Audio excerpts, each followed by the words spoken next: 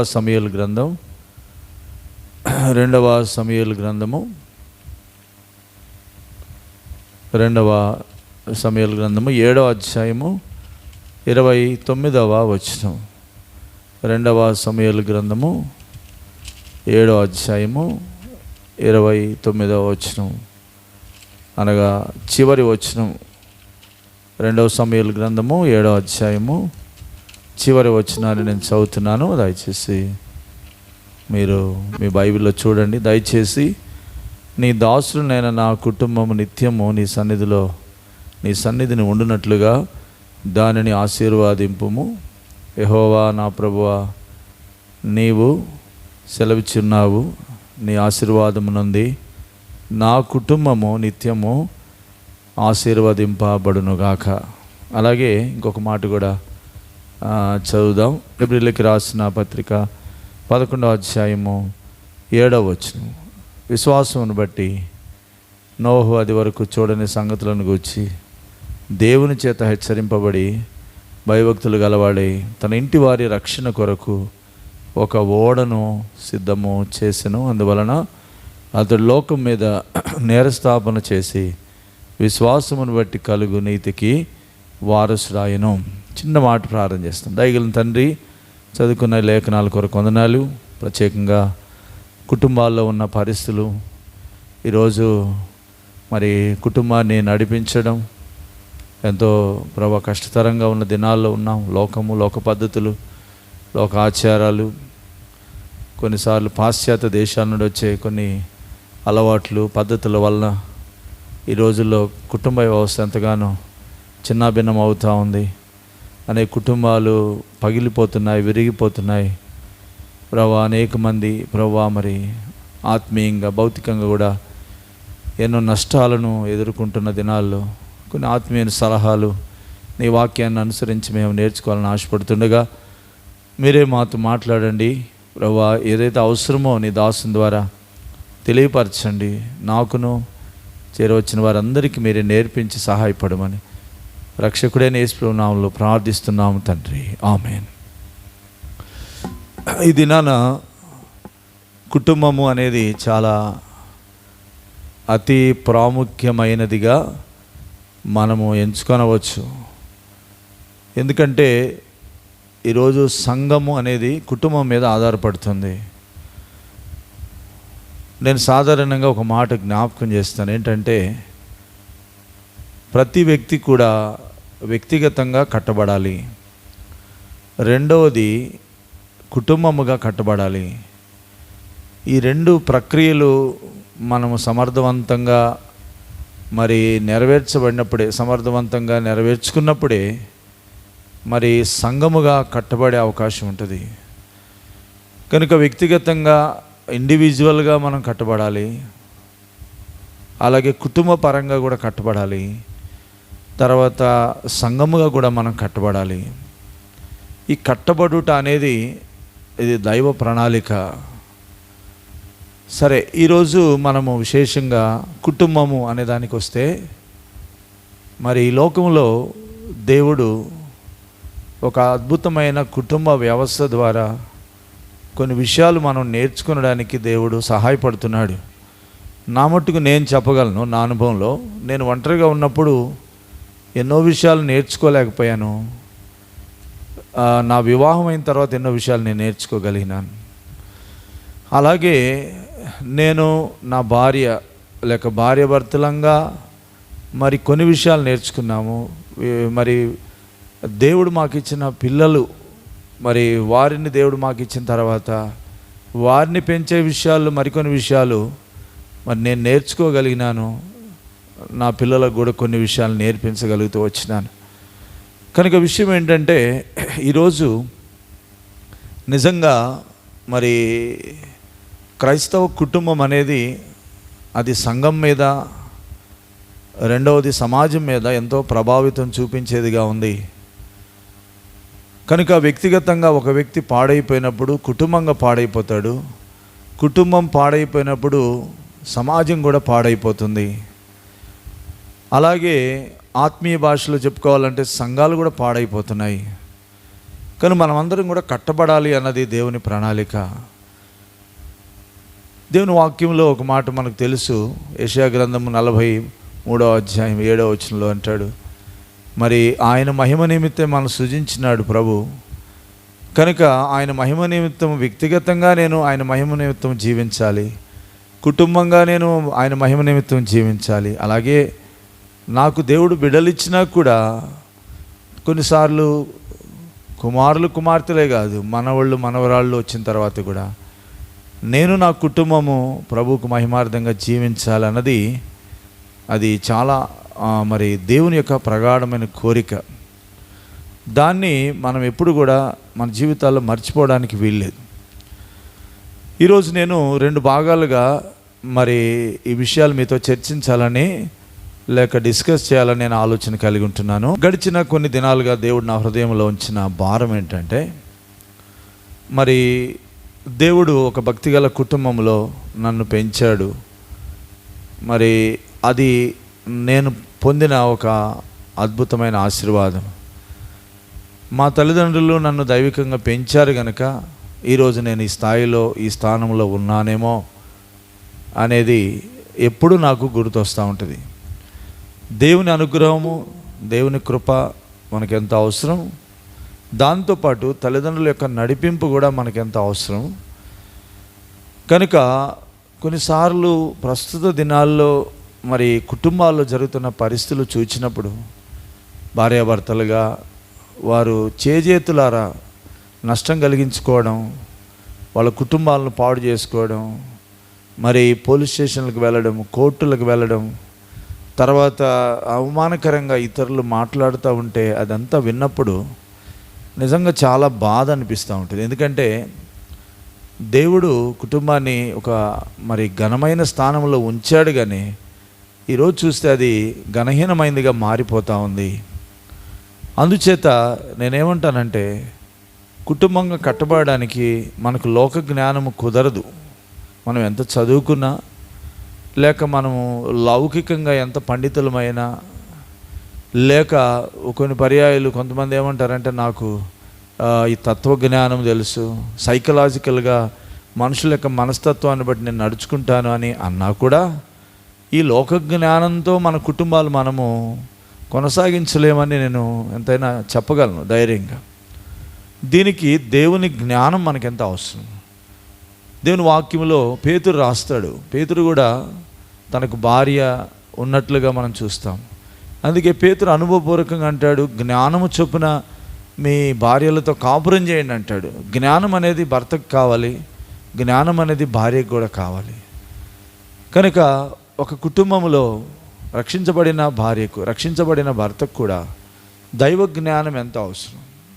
కనుక ఎంతైతే జ్ఞానము భర్తకు అవసరమో అలాగే భార్యకు కూడా అంతే జ్ఞానం అవసరం. సామెతలు 14:1 అంటాడు, జ్ఞానవంతురాలు తన ఇల్లును కట్టును అని చెప్పబడింది.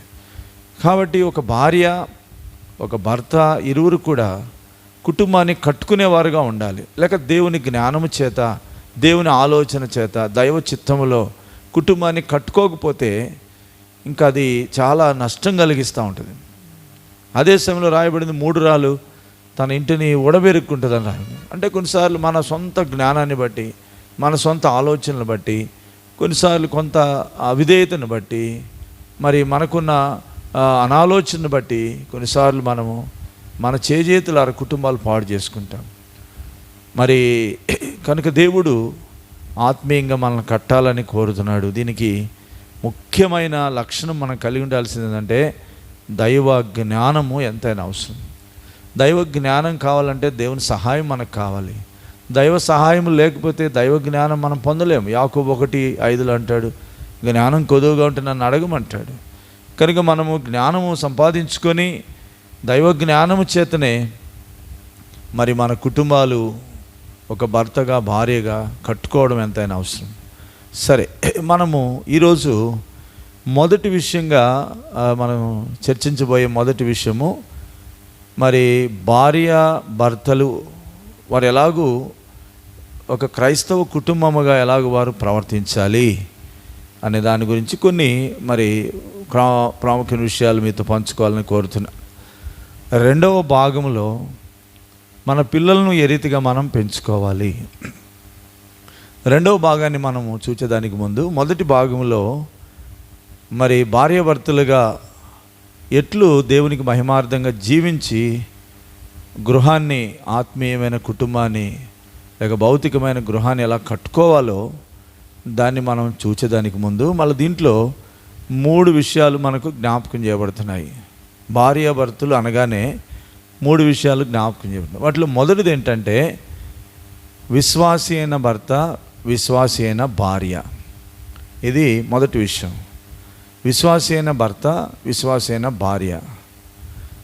మరి అదే దేవుని సేవకురాలైన భార్య, దేవుని సేవకుడైన భర్త అని కూడా చెప్పుకోవచ్చు. పరిచర్య చేసే వాళ్ళైతే పరిచారకులైన భర్త, పరిచారకులైన భార్య కావచ్చు. అలాగే రెండవ పాటలోకి వస్తే మరి మనం జాగ్రత్తగా గమనించగలిగితే అవిశ్వాసి అయిన భర్త, విశ్వాసి అయిన భార్య, వీళ్ళు ఎలాగ ఉండాలి. మూడవది విశ్వాసి అయిన భర్త, అవిశ్వాసి అయిన భార్య. కాబట్టి ఈ 3 విషయాలు మొదట మనం డిస్కస్ చేద్దాం. ఎందుకంటే ఇవి ఇన్ జనరల్గా మనము ఎదుర్కొనే విషయాలు. ఒకవేళ యవన కాలంలో రక్షించబడి ప్రభుని అంగీకరించి మరి ఆయన మార్గంలో నడిచే వారంగా, దైవ సంఘములో పెంచబడే వారంగా ఉంటే సరైన పరిశుద్ధమైన వివాహంతో విశ్వాసి అయిన భర్తను లేక విశ్వాసి అయిన భార్యను మనం పొందుకుంటే ఆ జీవితము కొంచెం సాఫ్ట్గా ఉంటుంది, మేలుకరంగా ఉంటుంది. దేవుని వాక్యంలో ఉంది, లేవీయుడు లేవి కుమార్తెను వివాహం చేసుకుని అని ఉంటుంది, నిర్గమకాండం 2:1. కనుక విశ్వాసం చేసుకుంటే ఆ లైఫ్ అనేది డిఫరెంట్గా ఉంటుంది, ప్రత్యేకంగా ఉంటుంది. అది కొంత దేవునికి మహిమార్థంగా జీవించడానికి అవకాశం ఉంటుంది. కనుక ఇప్పుడు నేను మొదట చర్చించబోయే విషయం ఏంటంటే విశ్వాసి అయిన భర్త, విశ్వాసి అయిన భార్య, వీళ్ళిరువురు ఎలాగూ వారి కుటుంబాన్ని మరి దేవునికి మహిమార్థంగా మరి వారు గడపాలి, కుటుంబ వ్యవస్థను ఎలా కొనసాగించాలి అనే విషయాన్ని మీకు జ్ఞాపకం చేయాలని కోరుతున్నాను. ఇక్కడ ముందుగా నేను చెప్పాను, మరి భార్యకు కానీ భర్తకు కానీ ఉండాల్సింది ఏంటంటే దేవుని జ్ఞానము అనేది ఎంతైనా అవసరం. ఈ దేవుని జ్ఞానం అనే దాంట్లో చాలా విషయాలు ఉన్నాయి. వాటిలో నేను ఒక 4 విషయాలు కామన్గా చెప్తూ ఉంటాను, అవి మీరు రాసుకోనండి. ఇవి ఖచ్చితంగా 4 ఉండాలి. ఇంకా చెప్పడానికి చాలా విషయాలు ఉన్నాయి, మనకు సమయం లేదు. 4 ప్రాముఖ్యమైన విషయాలు భార్యాభర్తలు మరి విశ్వాసులైన వారు, భార్య కానీ భర్త కానీ ఖచ్చితంగా ఈ 4 విషయాలు ఉండాలి. వాటిలో మొదటిది ఏంటంటే ప్యూరిటీ అనేది, పవిత్రత అనేది చాలా అవసరం. పవిత్రత, దాంట్లోనే ఇంకొక మాట ఏంటంటే స్వచ్ఛత, ట్రాన్స్పరెన్స్ అంటే పారదర్శకత అనేది కూడా అవసరం. పరిశుద్ధత ఎప్పుడైతే ఉంటుందో నీ జీవితంలో దాపరికం ఏది ఉండదు, కనుక మరుగుగా ఉండే విషయాలు ఏముండవు. ట్రాన్స్పరెన్సీ, భార్యాభర్తల మధ్య మరి ట్రాన్స్పరెన్సీ అనేది ఎంత అవసరం. పారదర్శకత ఎక్కడైతే ఉంటుందో అక్కడ శత్రువుకు ఎటువంటి అవకాశాలు ఉండవు. కనుక పవిత్రత, భర్తకు పవిత్రత అవసరం, భార్యకు కూడా పవిత్రత అవసరం. దాంట్లో యథార్థత కూడా లేక స్వచ్ఛత కూడా మనకి ఎంత అవసరం. ఇది మొదటిది. రెండవది, ఇది మనము రిపీటెడ్గా వస్తుంది, మీరు రాసుకోండి. రెండవది పేషెన్సీ అనగా ఓర్పు చాలా అవసరం. కుటుంబాన్ని కట్టుకోవడానికి ఒక భర్తగా లేక ఒక భార్యగా నీ సహచరునితో లేక నీ సహచరునితో నువ్వు గడపాలంటే ఓర్పు చాలా అవసరం. కనుక మనందరూ తెలుసు, ఇద్దరు వ్యక్తులు వేరే వేరే పెంపకాల్లో ఉంటారు, వేరే వేరే వాతావరణంలో పెంచబడుతున్నారు. కనుక ఇప్పుడు వీరిద్దరు కలిసి ఉండడానికి ఒకే గది ఉండొచ్చు, ఒకే మంచం ఉండొచ్చు, మరి అన్ని అనుకూలతలు కలిగిన వాతావరణము మన గృహాల్లో మనం కలిగి ఉండవచ్చు, అన్ని రకాలైన వస్తు సదుపాయాలు కూడా ఉండొచ్చు. కానీ మరి అన్నిటికంటే ప్రాముఖ్యమైనది ఒకరినొకరు ఓర్చుకోవడం చాలా అవసరం. ఓర్పు అనేది దేవుని వాక్యం రాయబడిన గొప్ప ద్రోహ కార్యములు చేయకుండా ఆపుతుందంట. ప్రసంగిలో రాస్తాడు, ఓర్పు గొప్ప ద్రోహ కార్యములు జరగకుండా ఆపుతుంది. సరే, తర్వాత ఇంకా 4వ విషయము చాలా ప్రాముఖ్యమైనది, నమ్మకత్వం అనేది, ఫెయిత్ఫుల్నెస్. అంటే భర్తను భార్య నమ్మేటట్లుగా, భార్యను భర్తను నమ్మేటట్లుగా బ్రతకాలి. నమ్మకానికి ఆస్పదం అనేది ఉండాలి. కనుక ఈ రోజుల్లో ఈ నమ్మకత్వం అనేది చెడిపోయింది సమాజంలో. భర్త భార్యను నమ్మలేని పరిస్థితి, భార్య భర్తలను నమ్మలేని పరిస్థితులు వచ్చేసినాయి. అంటే ఏదో రకంగా శత్రువుకు అవకాశం ఇచ్చి నమ్మకత్వంలో తప్పిపోతున్నప్పుడు తప్పనిసరిగా అక్కడ సమస్య అనేది క్రియేట్ అవుతూ ఉంటుంది, సమస్య అనేది ఉత్పన్నం అవుతూ ఉంటుంది. తర్వాత 4వది ప్రాముఖ్యమైనది, నిస్వార్థత అనేది కలిగి ఉండాలి. కనుక ఇప్పుడు భార్యాభర్తలు అంటే ఇద్దరు ఒకే శరీరం అని బైబిల్ చెప్తుంది.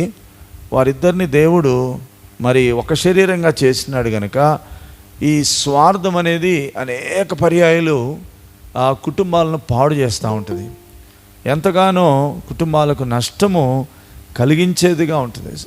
కనుక నిస్వార్థత అనేది ఎంత అవసరం, నిస్వార్థత అనేది ఎంత అవసరం. ఈ 4 విషయాలు బాగా గుర్తుపెట్టుకోండి మీరు. మరలా చెప్తాను. మొదటిది ప్యూరిటీ, పవిత్రత లేక స్వచ్ఛత లేక పారదర్శకత, యథార్థత, ఇవన్నీ ఒక దాంట్లోకి వస్తాయి. రెండవది పేషెన్స్ అనగా ఓర్పు కలిగి ఉండడం, సహనం కలిగి ఉండడం. మూడవది నమ్మకత్వం కలిగి ఉండడం. అంటే దేవుని నమ్ముతాము, దేవుడు నమ్మదగిన వాడని చెప్తాము, కానీ అనేక పర్యాయాలు మనము అపనమ్మకంగా ఉంటాం. ఈ అపనమ్మకత్వము అనేది ఒక భర్తగా ఉన్న, ఒక భార్యగా ఉన్న చాలా నష్టం. 4వది స్వార్థరహితమైన పరిస్థితులు వస్తాయి. ఇవన్నీ కూడా ఎప్పుడు అంటే దైవ జ్ఞానముతో మనము నింపబడినప్పుడు మాత్రమే అని ఇక్కడ అర్థమవుతూ ఉంది. కనుక ఇక్కడ ఈ 4 విషయాలు బాగా గుర్తుపెట్టుకోండి. ఇక్కడ ఇంకొక విషయం కూడా నేను చెప్తాను. ఉదాహరణకి భర్త రక్షణ పొందాడు, అలాగే భార్య కూడా రక్షణ పొందింది. కానీ దైవ జ్ఞానంలో ఒకవేళ భార్యకు కొంత తక్కువ ఉండొచ్చు, భార్యలో ఆ దైవిక జ్ఞానము కలిగిన ఈ 4 లక్షణాలు తగ్గిపోవచ్చు. అప్పుడు ఆ విషయాల్ని బ్యాలెన్స్ చేయాలి ఎవరు? భర్త తాను ఆ ప్యూరిటీ అనేది, పేషెన్స్ అనేది, నమ్మకత్వం అనేది, నిస్వార్థత అనేది కనుపరిచి బ్యాలెన్స్ చేసుకోవాలా. చూడండి, ఒకటి తక్కువ అయితే ఇంకొక వైపు దాన్ని మనం పెంచుకుంటాం కదా. అట్లనే ఇప్పుడు మనందరికీ బాగా తెలుసు, ఏం తెలుసు, ఇప్పుడు మెజారిటీ కొరకు ఎవరు, నరేంద్ర మోడీ గారు మరి మ్యాజిక్ ఫిగర్ కొరకు చూడండి ఏం చేస్తున్నారు, వేరే వాళ్ళ హెల్ప్ కొరకు వారు ప్రయత్నం చేస్తూ ఉన్నారు. అట్లా చేయకపోతే వాళ్ళు ప్రభుత్వాన్ని లీడ్ చేసే అవకాశం. అలాగే ఇప్పుడు భార్యలో తక్కువగా ఉన్నప్పుడు భర్తగా మనం పెంచి వాటిని బ్యాలెన్స్ చేయవలసిన అవసరం ఎంతైనా ఉంది. ఒకవేళ భర్తకే తగ్గిపోయినాయి, భర్తలోనే ఈ జ్ఞానం పోయింది, తగ్గింది, కొంచెం ఆత్మీయతలో, ప్రార్థనలో, వాక్యంలో తొలగిపోయాడు, సహవాసంలో తొలగిపోయాడు, భార్యగా ఈ విషయాలను కలిగి ఉండాలి, ఎక్కువగా కలిగి ఉండాలి అనేది ఇక్కడ మనకు జ్ఞాపకం చేయబడుతుంది. అంత మాత్రమే కాదు, మరి ప్రాముఖ్యంగా మరి ఈ వాక్యము దైవజనుడు భక్సింగ్ గారు ఈ వివాహ ప్రమాణాల్లో ఆయన నేర్పించినాడు. ప్రతి దినమును ప్రార్థనతో ఆరంభించి, దేవుని వాక్యముతో ఆరంభించి, అలాగే ప్రార్థనతో దేవుని వాక్యముతో దినాన్ని నేను ముగిస్తానని క్రైస్తవ ప్రమాణాల్లో లేక విశ్వాస ప్రమాణాల్లో వివాహ సంబంధ సమయంలో మనం ఖచ్చితంగా చేస్తామంటే మరి భార్యాభర్తలు కలిసి ప్రార్థన చేయడం నిజంగా అది ఎంతో సహాయపడేదిగా ఉంటుంది, ఎంతో మేలు చేసేదిగా ఉంటుంది. నా మటుకు నేను కూడా కొన్ని సంవత్సరాలుగా మరి రక్షించబడిన వివాహమైన ఆరంభంలో అలా కలిసి గంటల కొలది ప్రార్థన చేసినాం. మధ్యలో కొన్ని సేవా పరిచర్యలు, కుటుంబ పరిస్థితులు, వీటిని బట్టి మేము కొంత కలిసి ప్రార్థన చేయలేకపోయినాం. కుటుంబ ప్రార్థన అయితే ఉండేది, కానీ ప్రార్థించే విషయంలో కొంత సమయాన్ని వెచ్చించి భార్యాభర్తలంగా ప్రార్థించలేకపోయినాం. కనుక అక్కడ మేము గుర్తించింది ఏంటంటే ఒక రకమైన దైవ సమాధానాన్ని కుటుంబంలో కోల్పోతూ వచ్చినాం. మరి ఎక్కడైతే ప్రార్థన ఉండదో అక్కడ శత్రువు పనిచేయడానికి పూనుకుంటాడు. అది దేవుని సేవకులైనా, పరిచారకులైనా, విశ్వాసులైనా కొంత సమయాన్ని భార్యాభర్తలు కలిసి ప్రార్థన చేయాలి. అది చాలా అవసరం. భార్యాభర్తలు కలిసి ప్రార్థన చేయాలి, కలిసి దేవుని వాక్యాన్ని ధ్యానించాలి. అదే కుటుంబ ప్రార్థన. కనుక కుటుంబ ప్రార్థన దైవజనుడు పిల్లలు పుట్టినాక కాదు, పిల్లలు పుట్టకముందే స్టార్ట్ చేయమంటాడు. ఇద్దరు కలిసి ఒక అధ్యాయం చదివి ప్రార్థన చేసుకోవాలి. వ్యక్తిగతంగా ఒక్కొక్క అధ్యాయం చదవడమే కాదు, కుటుంబంగా కూడా ఇద్దరు కలిసి కూడా ప్రార్థన వాక్యం అనేది కలిగి ఉండాలని ఆయన జ్ఞాపకం చేస్తూ వచ్చినాడు.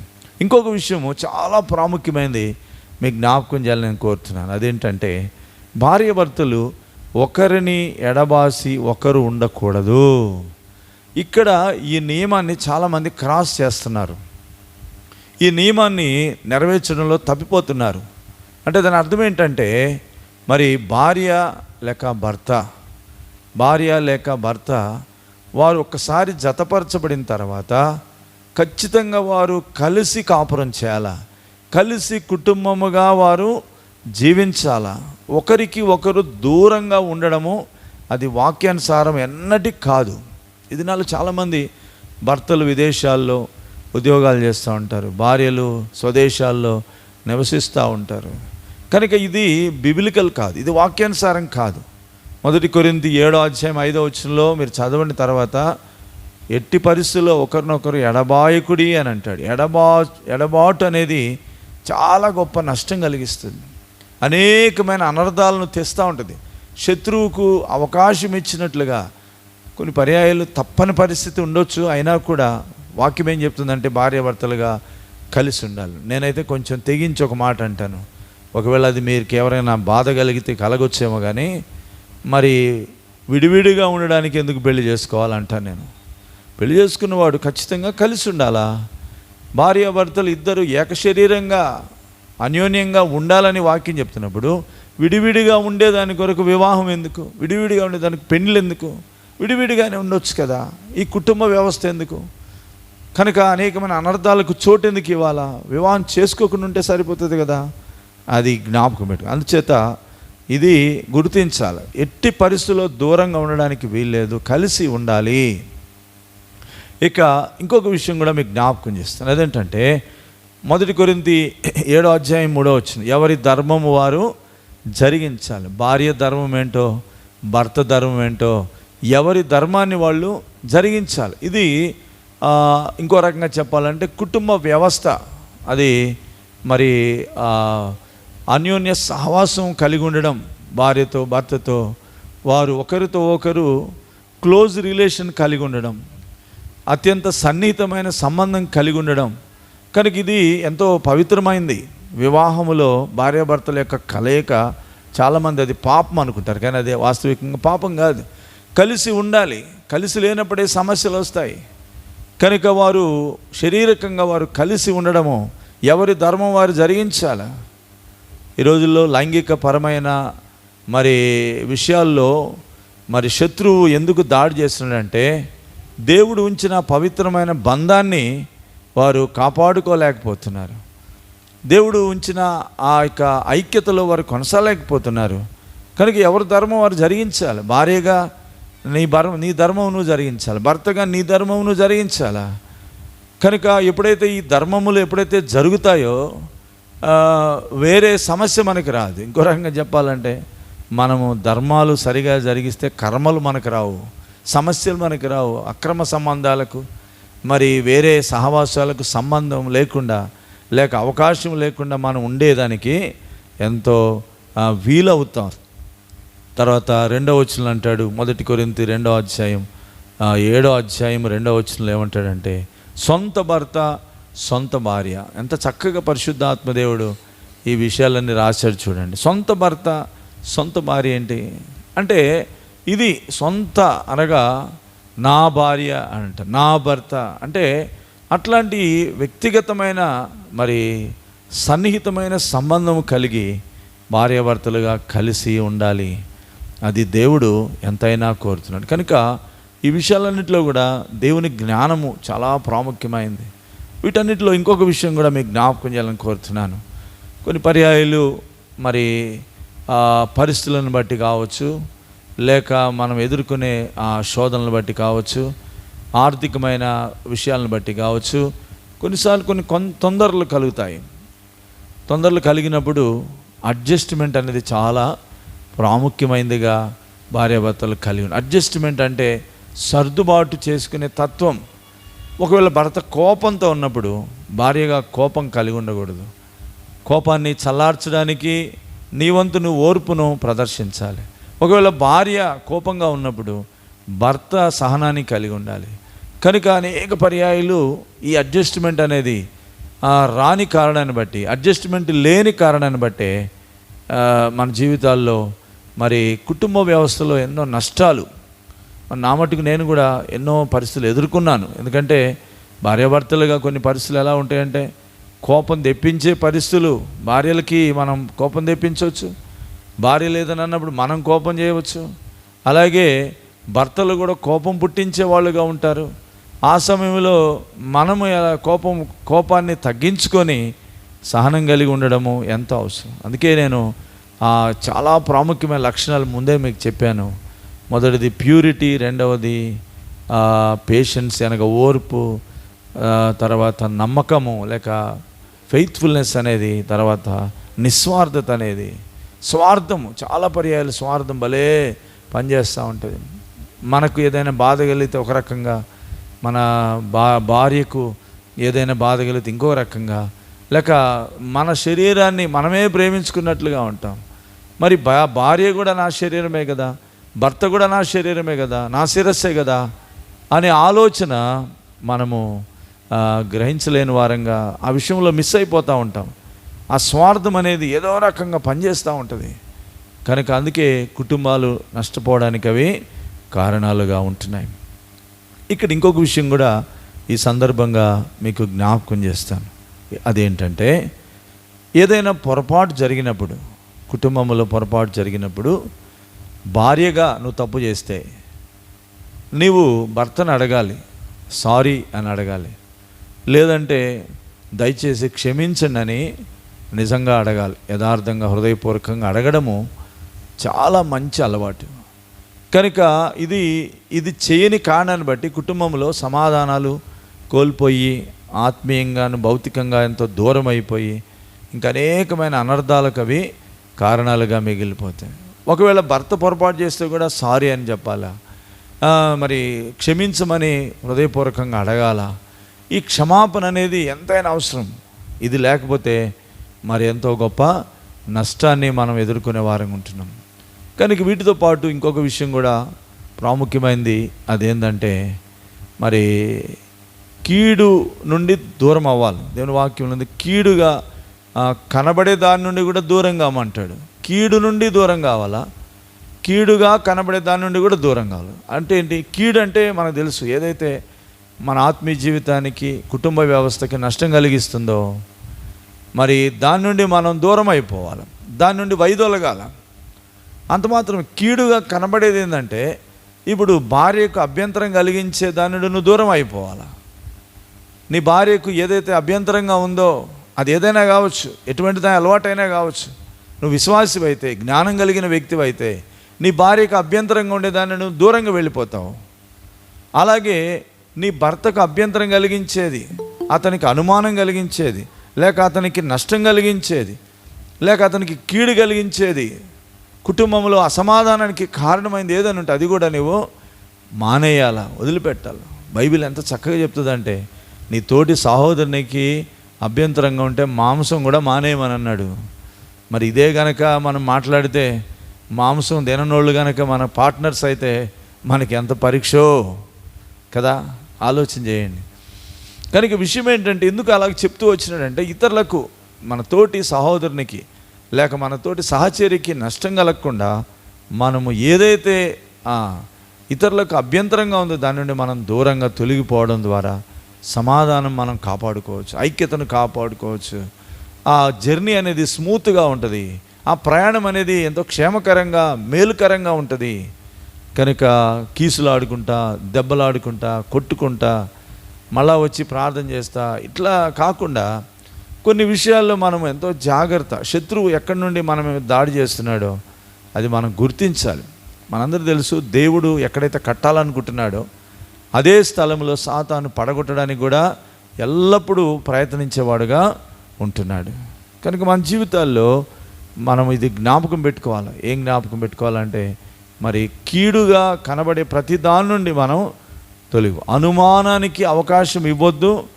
అనుమానం కూడా ఉంటే తొలగించుకోవాలి. కొన్నిసార్లు అనుమానమే చాలా భయంకరమైన రోగంలాగా ఉంటుంది. అనుమానమే పెద్ద రోగం, పాత రోగం అన్నారు. అనుమానమే పాత రోగం అన్నారు. కనుక అలాగ మనం చెప్పుకుంటూ వెళితే ఈరోజు అనుమానానికి మనం తావివ్వద్దు. మనం కూడా ఏదైనా అది వాస్తవం కాకపోతే అనుమానం పెట్టుకొని దాంతోనే సమస్యలను సృష్టించుకోవద్దు. అది మనం గుర్తుపెట్టుకోవాలి.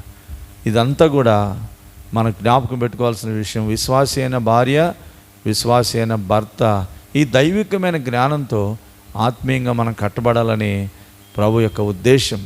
కానీ దీన్ని పాడు చేసుకోకుండా మనము మరెంతో జాగ్రత్త పడడం ఎంతో అవసరం. ఇక్కడ ఇంకొక విషయం కూడా మీకు జ్ఞాపకం చేస్తున్నాను. ఏంటంటే, వివాహ విషయంలో కూడా ఒకవేళ మరి కొన్ని పర్యాయాలు వివాహ విషయంలో తొందరపడడం వల్లనే అవిశ్వాసులను చేసుకొని నష్టపోతున్నారు. ఈ దినాలు ఎన్ని కుటుంబాల్లో అవిశ్వాసులైన భర్తల ద్వారా, భార్యల ద్వారా ఎన్నో పరిస్థితులు ఎదుర్కొంటున్నారు. అందుకే మరి దేవుని ఉద్దేశం ఏంటంటే, వివాహం ద్వారా దేవునికి మహిమ తేవాలి. కొంతమంది వివాహాన్ని నిషేధించేవారుగా ఉంటున్నారు. వివాహాన్ని నిషేధించేవారుగా ఉంటున్నారు. వివాహం నిషేధించడం దేవుని చిత్తం కాదు. కనుక వివాహము ద్వారా మనం నేర్చుకోవాల్సిన ఎన్నో ఆత్మీయ విషయాలు ఉంటాయి. మరి నా మటుకు నేను చెప్పగలను, నేను ఒంటరిగా ఉన్నప్పుడు ఏదైతే నేర్చుకోలేదో వివాహం తర్వాత ఎన్నో విషయాలు నేను నేర్చుకోగలిగినాను. కలిసి దేవుని పంచం, కలిసి దేవుని కొరకు జీవించడం, కలిసి మాదిరిగా ఉండడం అనేది అది ఎంతో నేర్చుకోదగిన విషయం. వివాహాన్ని నిషేధించడం కూడా అది దయ్యముల ఆత్మ అన్నాడు తిమోతి పత్రికలో. అలాగే కొంతమందికి దేవుడు ఒక అనుగ్రహం ఇచ్చాడు, ఒక అవకాశం ఇచ్చాడు. ఏం అవకాశం ఇచ్చాడంటే, వివాహం లేకుండానే దేవుని కొరకు వారు మహిమార్థంగా బ్రతకొచ్చు. అది వేరే విషయం. కానీ అది ఏదో కొన్ని సందర్భాల్లో మాత్రమే. కానీ ఎక్కువ విషయాల్లో దేవుడైతే వివాహం నిషేధించలేదు. వివాహం అనేది ఘనమైందిగా దేవుడు ఎంచాడు, ఘనమైందిగా ఎంచుకోమని కూడా చెప్పాడు. కనుక వివాహం నిషేధించడం కూడా అది సరైనది కాదు అని ప్రభు జ్ఞాపకం చేస్తున్నాడు. ఇప్పుడు రెండో విషయానికి మనం వద్దాం. మొదటిది మనం చెప్పుకున్నాము, విశ్వాసి అయిన భర్త, విశ్వాసి అయిన భార్య. రెండవది విశ్వాసి అయిన భర్త, విశ్వాసి అయిన భార్య. ఇది మొదటి కొరింథీ పత్రిక 7వ అధ్యాయము 13వ వచనంలో ఆ మాటలు రాయబడ్డాయి. అవిశ్వాసి అయిన భర్త కలిగిన విశ్వాసి అయిన భార్య. ఇది సహజంగా నువ్వు రక్షణ పొందకముందే నీకు వివాహం అయింది. నువ్వు ప్రభుని అంగీకరించకముందే వివాహం చేసుకున్నావు. ఇప్పుడు ఒక భార్యగా నీవు రక్షణ పొందావు, ప్రభుని అంగీకరించావు, మంచిదే. ఇప్పుడు నీ భర్త రక్షణ పొందలేదు. ఇప్పుడు నువ్వెలాగ ఉండాలా? భర్తను వదిలేయాలా? నా భర్తకు రక్షణ లేదు కాబట్టి నేను నా భర్తను వదిలేసి మళ్ళా విశ్వాసి అయిన భర్తను చేసుకుంటానంటే అది మళ్ళీ పాపం. అట్లా చేయడానికి లేదు, అట్లా బైబిల్ అంగీకరించడం లేదు. కనుక ఇక్కడ ఎలా ఉండాలంటే దీనికి కూడా ఇదే నియమం.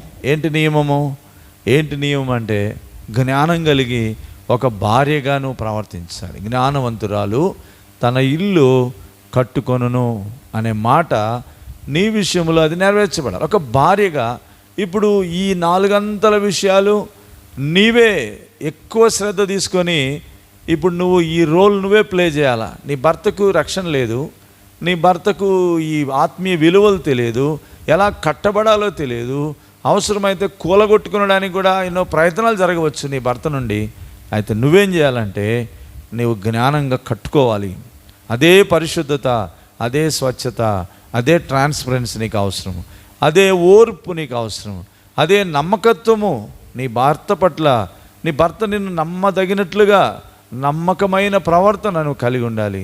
నీలో కూడా నిస్వార్థత అనేది ఉండాలి. ఇదే 4 విషయాలు మరలా అప్లై చేసుకోవాలి. ఎవరు? భార్య. విశ్వాసి అయిన భార్య. రక్షించబడ్డావు, ప్రభుని ఎరిగావు, ప్రభు కొరకు బ్రతుకుతున్నావు, ప్రభు కొరకు జీవిస్తున్నావు. నీలో ఒక ప్రత్యేకత నీ భర్త చూడాల. దేవుని వాక్యంలో ఏమనుందంటే, ఓ స్త్రీ నీ భర్తను రక్షించదవేమో. మొదటి కొరింథీ 7వ అధ్యాయం 16వ వచనం అంటాడు. కాబట్టి నీ ప్రవర్తన ద్వారా, నీ జీవితం ద్వారా, నీ మృదుత్వం ద్వారా, దీనత్వం ద్వారా, ఈ 4 శ్రేష్టమైన లక్షణాలు కలిగిన దైవజ్ఞానం వలన నీ భర్తను రక్షించుకుంటావేమో. మొదటి పేతురు 3:2 అంటాడు, నీ భర్తను నీ పవిత్రమైన ప్రవర్తన వలన ప్రభువులోకి రాబట్టుకోవచ్చు, రక్షణలోనికి రాబట్టుకోవచ్చు. ఏదో పొరపాటుగా నువ్వు ముందే వివాహం చేసుకున్నావు, నీకు తెలియదు, రక్షణ తెలియదు, ప్రభువు తెలియదు, ఆల్రెడీ నువ్వు వివాహం చేసుకున్నావు, అయినా ప్రభు కనికరించి రక్షించుకున్నాడు. అది ఇప్పుడు నీ భర్తను కూడా రక్షిస్తాడు. ఎలాగంటే నీ పవిత్రమైన ప్రవర్తన ద్వారా, నీ క్యారెక్టర్స్ ద్వారా, నీ జీవితం ద్వారా, నీలో ఉన్న మంచితనం ద్వారా. నాకు తెలుసు ఒక సహోదరి గురించి నేను ఎరుగుతాను. తన భర్త త్రాగుబోతు, అంటే సిగరెట్ తాగేవాడు, బీడీ తాగేవాడు. మరి నిజంగా ఆ కుటుంబంలో ఎంతో ఇబ్బంది ఉండేది. తన భర్త పెద్ద చదువుకోలేదు, కానీ తన భార్య, ఆమె రక్షణ పొందింది, మంచి ఉద్యోగం చేస్తూ ఉంది. కానీ మొరుటుతనంగా భర్త ఉండేవాడు, చాలా ఇబ్బంది పెట్టేవాడు. కొన్నిసార్లు కఠినంగా వెళ్ళి నువ్వు సిగరెట్ తెపో, బీడీలు తీసుకురాపో అని అనేవాడు. అయినా కూడా తను ప్రభువా ఎట్లా, నేనేమో ప్రభు నమ్ముకున్నాను కదా, నిన్ను నమ్ముకున్నాను కదా, నీ కొరకు జీవిస్తున్నాను కదా. ఎలాగంటే ప్రభు అన్నాడు, నీ భర్తకు లోబడు, సరే అది అపవిత్రమైనది ముట్టుకోకూడదు, కానీ అయినా కూడా ప్రభు ఆయనకు నేను పాఠం నేర్పించేంత వరకు, లేక అతను గ్రహించేంత వరకు కూడా మరి నీవు లోబడుతూ ఉండని అలాగ దీనత్వము, ఆ మృదుత్వము, సాత్వికము, ఓర్పు చూపిస్తూ వచ్చింది. ఒకరోజు వచ్చింది, ఆ రోజు నిజంగా భర్త రక్షించబడ్డాడు, ప్రభుని అంగీకరించినాడు. ఇలాంటి పరిస్థితి తాను ఎదుర్కొంటూ వచ్చింది. ఆ తర్వాత వారు ఇరువురు కలిసి దేవుని పని చేయగలుగుతూ వచ్చినారు. కనుక ఎందుకు నేను చెప్తున్నానంటే, కొన్నిసార్లు భర్తలు మనకు పెద్ద పరీక్ష. భర్తలు సాతాను ఏజెంట్లాగా ఉండి కొన్నిసార్లు ఎంతో మనకు ఇబ్బంది కలిగిస్తాం. మన ఓర్పును, మన సహనాన్ని పరీక్షించినప్పుడు మరి అక్కడ మనము పాస్ అవ్వాలా, మనం ఉత్తీర్ణత పొందాలంటే దైవ లక్షణాలు ఇంకెక్కువగా మనకు అవసరం.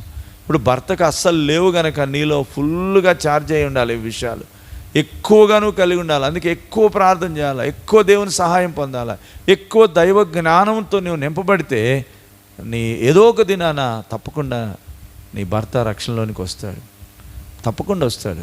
చాలా కాలం క్రిందట ఒక స్టోరీ విన్నాను. ఆ భార్య హైందవ కుటుంబం రక్షించబడింది, కానీ భర్తకు రక్షణ లేదు. తెలియకుండా బైబిల్ చదువుతూ ఉంది, తెలియకుండా ప్రార్థన చేసుకుంటూ ఉంది.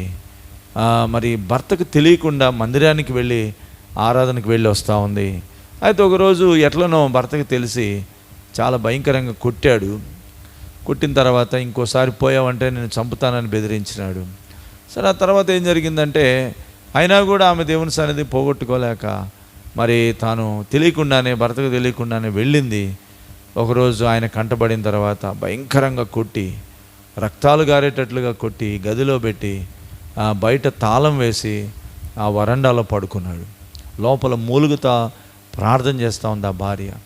ఎంతో వేదంతో ప్రార్థన చేస్తూ ఉంది, ఎంతో వేదంతో ప్రభువా నీ దాసుని దర్శించయ్యా, నా భర్తకు రక్షణ దయచేయి, నీవే ఆయన దర్శించయ్యా, ఆయనలో నిజమైన రక్షణ కార్యం చేయి, నిజమైన దేవుడు అని ఎరుగుటకు సహాయం చేయమని ఆమె ఎంతో దీనరాలై ఆ గాయాలతోనే ఉండి వేదంతో మూలుగుతూ ప్రార్థన చేశాడు.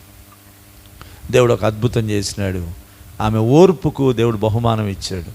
ఏంటి ఆ బహుమానం అంటే, ఆమె గది లోపల మూలుగుతూ ఉంది, గది వెలుపల మంచం మీద పడుకున్న ఆ వ్యక్తికి ప్రభువే దర్శనంలో కనబడ్డాడు. పడుకున్నాడు, ఆయన కోపంతో ఉన్నాడు, భార్య మీద ఎంతో రోషంతో ఉన్నాడు, చెప్తే వినట్లేదని చాలా మత్సరంగా ఉన్నాడు. అయితే ఆ కలలో మరి ప్రభువైన యేసుక్రీస్తు వారు ప్రత్యక్షమై ఆయన చేతుల్లో నుండి రక్తం కారడము, తలలో ముళ్ళ కిరీటం ఉండడము, ఆ తెల్లని వస్త్రాలన్నీ కూడా రక్తసిక్తం అయిపోవడం, ఆ రక్తం కారుతూ ఉంటే సడన్గా చూసి ఎవరయ్యా నీవు అని అంటా వచ్చినాడు. ఆ తర్వాత అప్పుడు ప్రభువే మాట్లాడాడు, ఇదిగో నువ్వు నీ భార్యను కొట్టావు కదా, నీ భార్యను బాధించావు కదా, కనుక ఆ భార్య నమ్ముకున్న దేవుణ్ణి నేనే, యేసు ప్రభువారు నేనే అని తాను ప్రత్యక్షపరుచుకున్నాడు. వెంటనే తాను ఆ గడి తీసి, తాళం తీసి ఆమె పాదాల మీద పడి, అమ్మా నీ దేవుడు నిజంగా గొప్పవాడు, నిజంగా నీ దేవుడు ఎంతో గొప్పవాడు, నాకు దర్శనం ఇచ్చాడమ్మా, ఇక మీదట నేను అలా చేయను, ఇక నేను కూడా రేపటి నుండి లేక ఆదివారం నుండి దేవుని ఇంటికి వస్తానని తీర్మానం చేసుకున్నాను. ఇది స్టోరీ కాదు, నిజంగా జరిగిన విషయం. కనుక రక్షణ లేని భర్త విషయంలో భార్య ఎంతో క్రయం చెల్లిస్తే తప్పకుండా ఆ కుటుంబాన్ని రక్షించుకోగలదు. అందుకే అంటాడు, ఓ స్త్రీ నీ భర్తను రక్షించుకొందువేమో. కనుక 1 కొరింథీ 16వ వచనంలో మాట రాయబడుతూ వచ్చింది. ఇది మనము జ్ఞాపకం చేసుకుందాం. ఇక మూడో విషయానికి వద్దాం. మనకు సమయం లేదు, త్వరగా ముగించుకుందాం.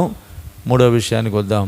అదేంటంటే విశ్వాసి అయిన భర్త, అవిశ్వాసి అయిన భార్య.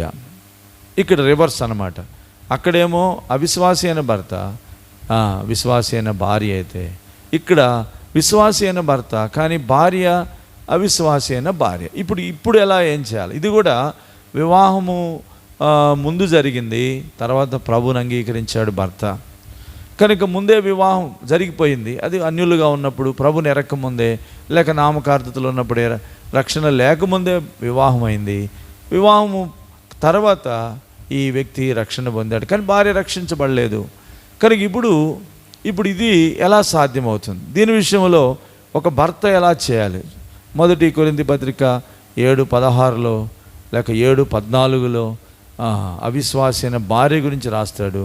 ఇక్కడ కూడా ఏమంటాడు? ఓ భర్త లేక ఓ పురుషుడా, నీ భార్యను నువ్వు రక్షించుకుంటావేమో అని అంటాడు. ఎలా రక్షించుకోగలడు? రక్షించుకోగలిగే దానికి అవకాశం ఉందా? బైబిల్ చెప్తుంది ఉంది. అంటే అది నువ్వు కావాలని పెళ్లి చేసుకోలేదు కదా. అవిశ్వాసి నువ్వు పెళ్లి చేసుకోలేదు, అవిశ్వాసురాలని పెళ్లి చేసుకోలేదు, కానీ ముందే వివాహం జరిగింది. ఇప్పుడు నువ్వు రక్షించబడ్డావు కనుక దేవుడు నీకు ఒక అవకాశం ఇస్తున్నాడు. నీవు కూడా ఈ 4 విషయాలే నువ్వు కూడా కలిగి ఉండాలి. అటు భార్య ఎలా కలిగి ఉంటుందో ఇప్పుడు నీవు భర్తగా నువ్వు కలిగి ఉండాలి. నువ్వు రక్షించబడ్డావు కనుక నీకు దేవుని జ్ఞానం కావాలి. జ్ఞానం చొప్పున నీ భార్యతో నువ్వు కాపురం చేయాలా. అంత మాత్రమే కాదు, ఈ 4 విషయాలు నీకు అవసరం. అవే 4 విషయాలు ఏంటవి? ప్యూరిటీ, పరిశుద్ధత, స్వచ్ఛత, పారదర్శకత. రెండవది పేషెన్సీ లేక సహనము, ఓర్పు కలిగి ఉండాలా నీ భార్య విషయంలో. తర్వాత ఇంకా చెప్పాలంటే మనం చెప్పుకుంటూ వచ్చినాం, నమ్మకత్వం కలిగి ఉండాలా. నీ భార్య నిన్ను నమ్మదగినట్లుగా, నీ మీద నమ్మకం ఉంచగలిగినట్లుగా నువ్వు జీవించాలా. అలాగే నీలో కూడా నిస్వార్థత అనేది ఉండాలా. కాబట్టి ఈ 4 లక్షణాలు తప్పనిసరిగా అభ్యాసం చేసుకోవడం ఎంతైనా అవసరం. కనుక ఇది ఎక్కువ పరిమాణంలో ఒక భర్త కలిగి ఉన్నప్పుడు భార్య నీ ప్రవర్తన ద్వారా, నీ ప్రార్థన ద్వారా, నీ భారమును బట్టి ప్రభు తప్పకుండా నీ భార్యను రక్షణలో నడిపిస్తాడు. అందుకే అంటాడు, ఓ పురుషుడా, నీ భార్యను నువ్వు రక్షించుకుంటావేమో, నీ భార్యను రక్షించుకుంటావేమో అని అంటున్నాడు. ఇక్కడ మనము జ్ఞాపకం పెట్టుకోవాలి. అదేంటంటే ఇక్కడ 2 రకాలైన బాధ్యతలు ఇక్కడ ఉన్నాయి. రక్షించబడిన భార్య, రక్షణ లేని భర్త విషయంలో 2 బాధ్యతలు. రక్షించబడిన భార్య రక్షించబడని భర్తతో తాను కాపురం చేసేటప్పుడు దేవుని శిరసత్వాన్ని తాను గౌరవించాలా. మానవికమైన భర్త కూడా శిరస్సు కనుక వాక్యానుసారం ఆయన కూడా గౌరవించాలా. ఈ రెండింటిని బ్యాలెన్స్ చేయాలి. అట్లానే భర్తకు కూడా 2 బాధ్యతలు. ఒకటి, దేవుని అధికారానికి లోబడాలా, దేవుని వాక్యానికి లోబడాలా. అదే సమయంలో భార్యతో కూడా తాను జాగ్రత్తగా జ్ఞానంతో కాపురము చేసుకోవాలి. కాపురము అనేది కూడా కొనసాగాల. అదే సమయంలో ఆ స్త్రీని లేక ఆ భార్యను రక్షించుకునే దాని కొరకై తన వంతు తాను ప్రయత్నించాలా. కాబట్టి ఈ దైవికమైన 4 లక్షణాలు కలిగి మరి మాదిరికరమైన జీవితం నీ భార్యకు నువ్వు కనపరచాలి. భార్య నీ ప్రవర్తన చూస్తూ ఉంటుంది, నీ నడవడి చూస్తూ ఉంటుంది, వేరే భర్తలను, వేరే పురుషుల యొక్క వేరే పరిస్థితులను చూస్తూ ఉంటుంది. నీలో ఒక ప్రత్యేకత కనబడినప్పుడు నీ భార్య తప్పకుండా మార్చబడుతుంది. అవకాశం ఉంది. దేవుడు అలాగూ చేసేవాడుగా ఉంటున్నాడు. మన రేడియో వర్తమానికుడు గతంలో మరి ఎంతో అద్భుతంగా వాడబడిన గొప్ప దైవజనుడు ఆర్ఆర్కే మూర్తి గారి గురించి వినబడిన ఒక సత్యం ఏంటంటే, ఆయన మొట్టమొదట హైందవ కుటుంబం నుంచి రక్షించబడ్డాడు, కానీ ఆయన భార్య రక్షించబడలేదు.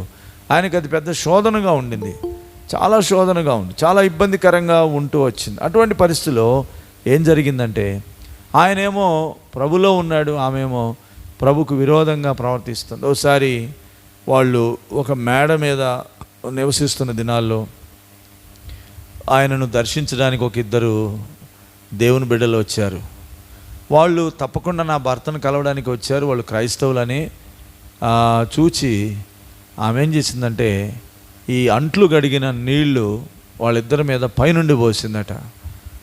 అంటే వాళ్ళు పైకి రావద్దని, అంటే ఒక రకంగా వాళ్ళని అవమానపరచడానికి, మీరు వచ్చి మా భర్తను ఇలా చేస్తున్నారు అన్నట్లుగా ఎంతో కోపంతో క్రోధంతో అలా చేసింది.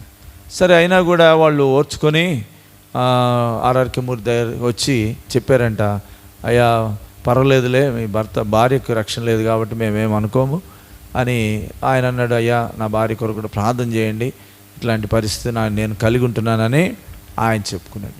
అయితే ఆయన ఎలా ఆ భార్యను సంపాదించుకున్నాడు అనేది అక్కడ చెప్పబడుతూ వచ్చింది. ఏంటంటే ఆయన ప్రతిరోజు ఉదయకాలం 3 గంటలకు లేచి ఆ భార్య పడుకొని ఉంటుంది, నిద్రపోతూనే ఉంటుందంట, ఆమె కాళ్ళ దగ్గర ఉండి కన్నీటితో ప్రార్థన చేసేవాడంట. ప్రభువా నా భార్యను రక్షించిన ఆయన, నా భార్య నీకు విరోధంగా బ్రతుకుతూ ఉంది, మిమ్మల్ని ఎరగకుండా జీవిస్తూ ఉంది అని ప్రతి దినము కూడా ఎంతో క్రయం చెల్లించి కన్నీటితో 3 గంటలకి లేచి ప్రార్థన చేసేవాడంట.